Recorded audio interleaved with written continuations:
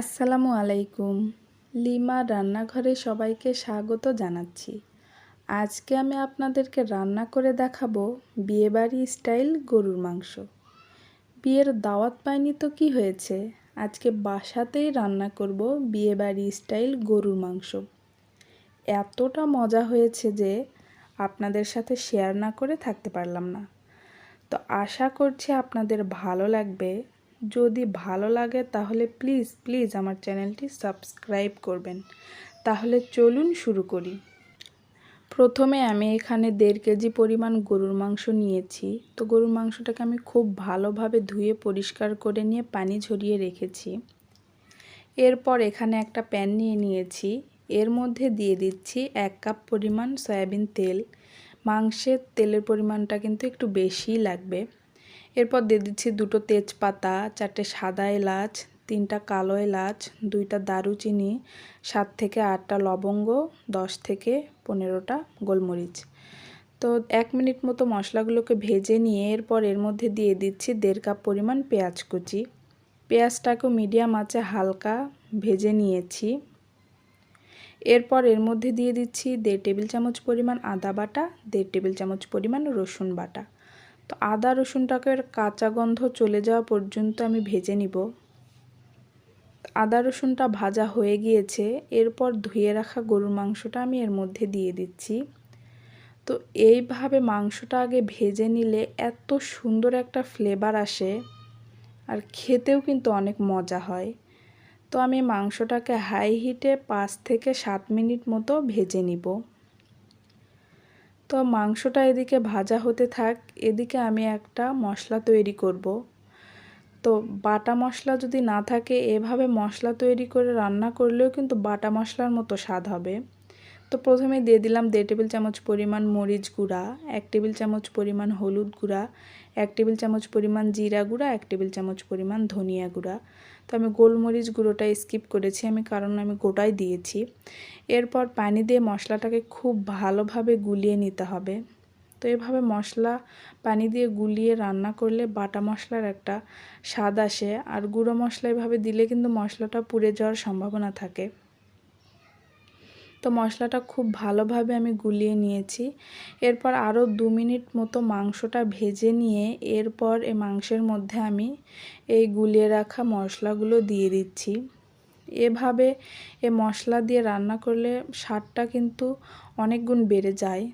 তো মশলাটা খুব ভালোভাবে আমি মাংসের সাথে মিশিয়ে নিব। তো মেশানো হয়ে গেছে। এরপর এর মধ্যে দিয়ে দিব 2 টেবিল চামচ পরিমাণ লবণ। তো লবণ দিয়ে খুব ভালোভাবে মিশিয়ে আমি হাই হিটে মাংসটাকে 10 মিনিট মতো রান্না করব। 10 মিনিট পর দেখতেই পাচ্ছেন কত পানি বের হয়েছে। আমি কিন্তু এখনও কোনো পানি ব্যবহার করিনি। এরপর মাংসটাকে 4 থেকে 5 মিনিট মতো কষিয়ে নিয়ে এরপর এর মধ্যে আমি দিয়ে দিব মশলার বাটি ধুয়ে রাখা সামান্য পানি।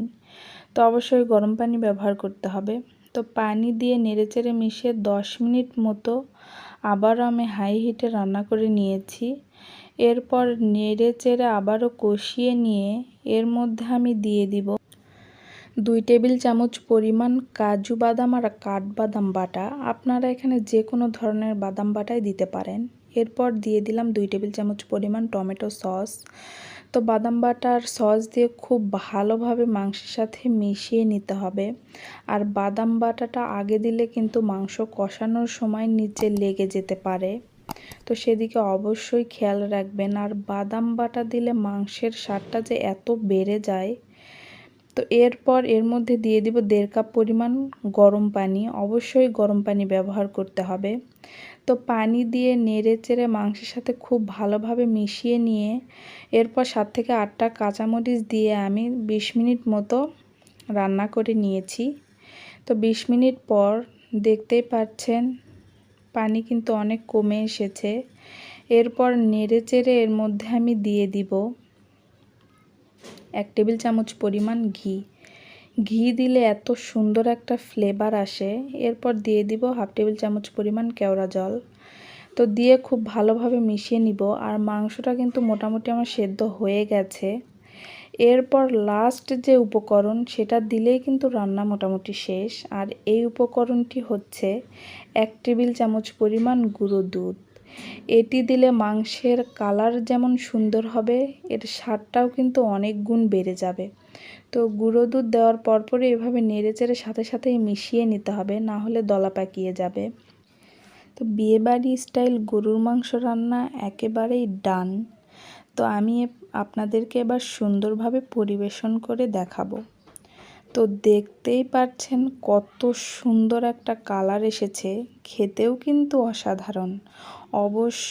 অবশ্যই ট্রাই করবেন। তো ট্রাই করে কারটা কেমন হয়েছে অবশ্যই আমাকে কমেন্ট বক্সে জানাবেন। তো আশা করছি আপনাদের ভালো লেগেছে।